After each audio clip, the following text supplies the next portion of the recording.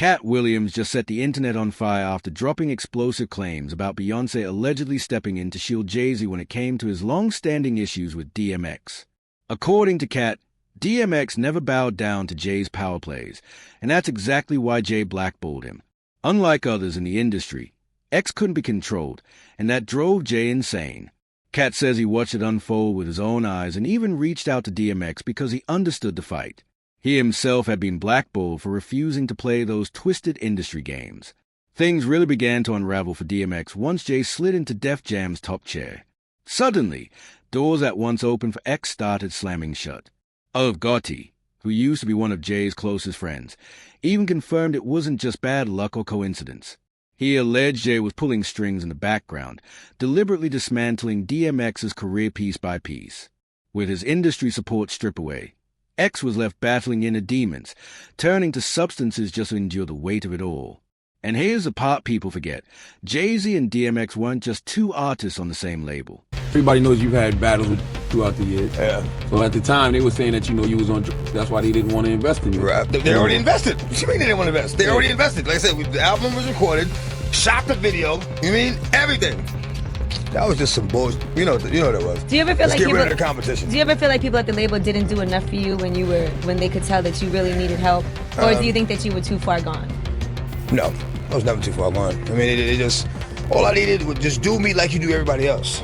You don't sit there and speculate about this and think about this and assume this. Just do me like you do everybody else, and it's gonna be all right, man. You know what I mean? But that never happened.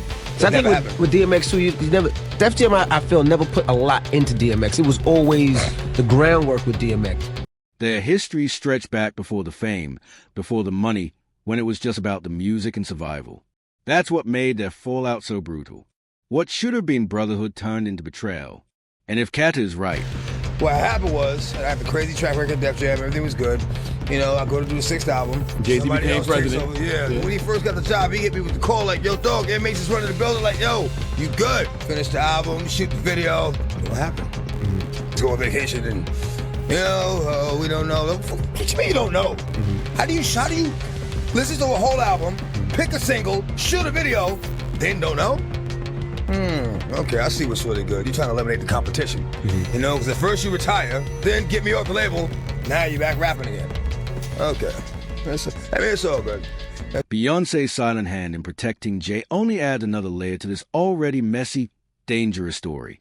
But the real storm hit once Jay took the throne at Def Jam, because that's when the tables turned completely. With that new power in his hands, he allegedly used it like a weapon, sabotaging DMX's career out of nothing more than jealousy. I ever had, I was like, you gotta sign DMX, and they laughed at me. I remember when I left the office, Tina Davis said, she knew I wanted to sign DMX. She said, DMX don't sell, your ass is fire. Jay and Dame did not believe in DMX. Jay would be like, you think he's better than me? And I'd be like, he's nice just like you. I said, if you look in the hood, there's less of like you and more like him. Yeah, but he don't want to live that. He's depressing, Gotti. And I said, I don't give a. So Jay used to watch me grind with X, and he was off with the Hitman. And then something strange happened when I made. Don't forget, DMX had the rap game in a chokehold, dominating charts and streets in a way Jay never could at the time. DMX wasn't just big, he was historic. 5 consecutive #1 albums on the Billboard 200, back-to-back, a feat nobody had ever pulled off before him. He had the entire culture in a headlock. X was with it, Ja was with it. Jay wasn't with it. I tried 2 times to make that album happen. X was with it, Ja was with it. Why you think Jay didn't want to be? This is just my opinion. Just my opinion. I don't think Jay wanted to get in that room with X and Ja. It would not. One more than the other, or both? No, both. Jay is a very smart person. He's gonna do an album with R. Kelly. R. Kelly worships Jay-Z. Worships him. And Kanye West. Kanye West worships Jay-Z. And Jay Electronica. They all worshiped him. X and Ja don't worship Jay-Z. You're my man, but when that beat comes on, you're not above me getting at you. And that's what I do not feel Jay wanted to deal with. He didn't want to deal with.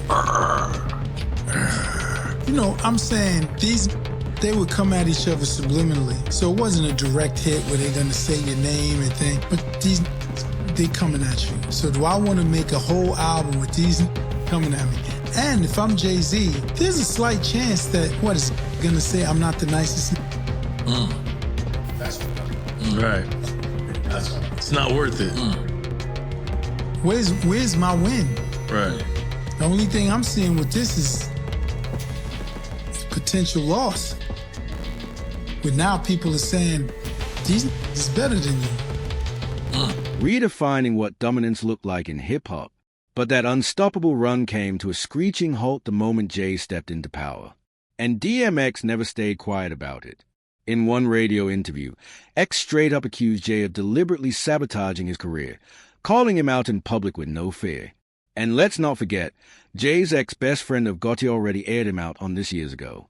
According to Ive, Jay wasn't just competitive, he was flat out jealous of DMX.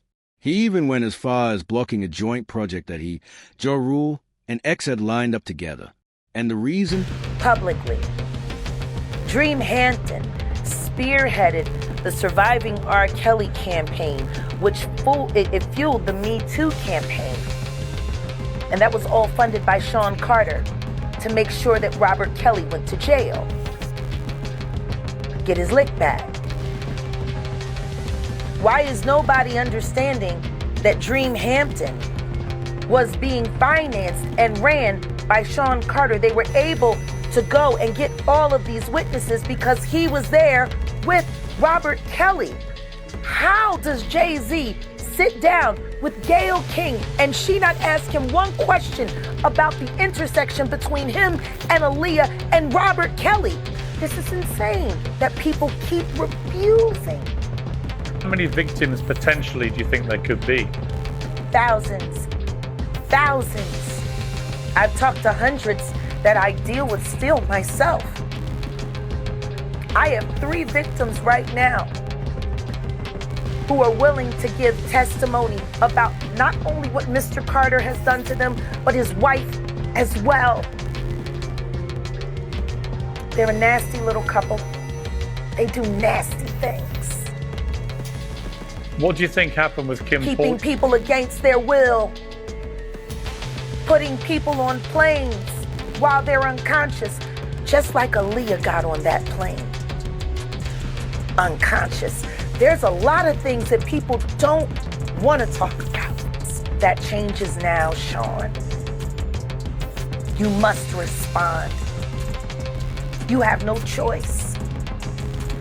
Harvey Weinstein, Jeffrey Epstein, Robert Kelly, Sean Combs have one person in common, professionally and privately. Sean Carter. This has been a fist of tyranny that has been punching through our culture and our society for decades. It must stop. Simple. DMX outshined him every single time they hit a track. Jay couldn't stomach playing second fiddle. So instead of letting the music speak, he allegedly shut the whole thing down. That cold shoulder Jay threw at X was a spark that set off years of tension between them. On the surface, they still came together on a few tracks, but insiders claim the beef never stopped brewing behind the scenes. The bad blood lingered right up until the day X passed. I've even revealed that there was a full collaborative album ready to drop with Jay, Ja Rule, and DMX, but it got shelved forever, allegedly because Jay couldn't handle being overshadowed. And the whispers went even darker, with some saying Jay's jealousy ran so deep it pushed him to take X out of the game completely. And then there's Beyoncé, because according to Katt, she knows exactly what went down but chooses silence to protect her man. Not fairly. She actually died screaming, and the Carters are responsible. But one of them is just a little more responsible than the other. Question is, did Sean Carter delete his mistress, his pregnant mistress, because his wife was jealous? Or could it be possible that maybe his wife's temper is just a little worse than most people think? And maybe he just had to clean it up to protect the brand's sake. I mean, I'm just speculating. And honestly, it's her husband. Of course she's going to ride or die for him, no matter how dark the rumors get. But here's where things take a chilling turn. Whispers suggest Beyoncé herself has skeletons in the closet, and Jay has allegedly covered for her, too. Jaguar writes wild accusations come to mind. She claimed Jay-Z and Beyoncé had people trapped in their home, and even tied their names to Aaliyah's tragic death along with the mysterious passing of Jay's late pregnant mistress, Kathy White. And when it comes to Kathy White, fans went digging and uncovered something even stranger. Some believe Beyoncé may have dropped hint about it in her song Daughter. The lyrics? They were disturbingly graphic, describing a bloody scene and even a bathroom attendant supposedly helping Beyoncé and Jay clean it all up. She was spitting lines like, "Your body laid out on these filthy floors. Your bloodstains on my custom couture. Bathroom attendant let me right in." She was a big fan. "I really tried to stay cool, but your arrogance disturbed my solitude. Now I ripped your dress and you're all black and blue. Look what you made me do." Those chilling bars had fans convinced Beyoncé was confessing in plain sight. Officially, Kathy White's death was ruled a brain aneurysm, but Jaguar swore otherwise, claiming Jay and Beyoncé were behind it. According to her, Jay made the call after Beyoncé had already found out about the affair, and if he didn't handle it, she was about to. That twisted rumor turned Kathy's passing into one of the darkest stories ever linked to the couple. Circling back to DMX, the tension with Jay got so loud that Jay eventually had to break his silence. Publicly, he brushed it off, downplaying the feud and claiming there was still love between them. But if you listen to I Gotti, it didn't sound like love at all. It sounded like cold-blooded rivalry. Word in the streets was even Katt Williams believed Jay made those moves just to silence X once and for all. But here's where things go completely off the rails. The so-called confessions don't stop with Kathy White. Fans claim Beyoncé has been dropping eerie hints in her music for years, almost like she's daring people to connect the dots. And when you line up her lyrics with Jaguar's accusations, the puzzle pieces start looking too sharp to ignore. Jaguar has said over and over again that Jay and Bey operate like a secret power couple running things from the shadows, and the deeper you look, the darker it gets, covering for each other's dirtiest secrets while the industry shields them from consequences. But let's tie this back to DMX, because he never played that game. X called Jay out publicly, blasting him on A and warning that Jay was strangling artists with his position. Insiders say Jay couldn't stand that X could walk into a room and own it without ever bowing down. That raw energy made Jay insecure, especially when DMX's 5 back-to-back #1 albums left Jay looking like the underdog. And while Jay tried to smile through interviews, whispers say he was livid behind closed doors. That's why so many believe Jay orchestrated X's downfall from the top down, while Beyoncé allegedly worked overtime to polish his image. Katt Williams has said it for years. This industry rewards submission and punishes authenticity, which is exactly why Excess Fall feels less like misfortune and more like a carefully engineered takedown. And when Jay rose to president of Def Jam, the pieces clicked into place. He didn't just want the chair. He wanted the throne. And to secure it, DMX had to be erased. At the height of his reign, X was unstoppable, selling records, packing arenas, moving culture. But once Jay grabbed the reins, deals vanished, budgets dried up, and suddenly X was too difficult to work with. Funny how the machine always finds a new label to slap on its enemies. Even I've Gotti admitted Def Jam politics under Jay were rigged, playing favorites in ways that pushed X out of the picture. Fans insist it wasn't coincidence. It was a surgical strike designed to dismantle DMX's empire from within. And it didn't stop there. Jay's circle allegedly leaked stories about X's personal demons, feeding the media narratives that drag his name through the date. Meanwhile, Beyoncé was being positioned as untouchable, a flawless icon who could do no wrong. The whispers say Jay didn't just protect her reputation. He buried anyone who could threaten their image as hip-hop's royal couple. Line up the timelines, and it's hard to ignore. DMX's decline looks less like chance and more like a power move.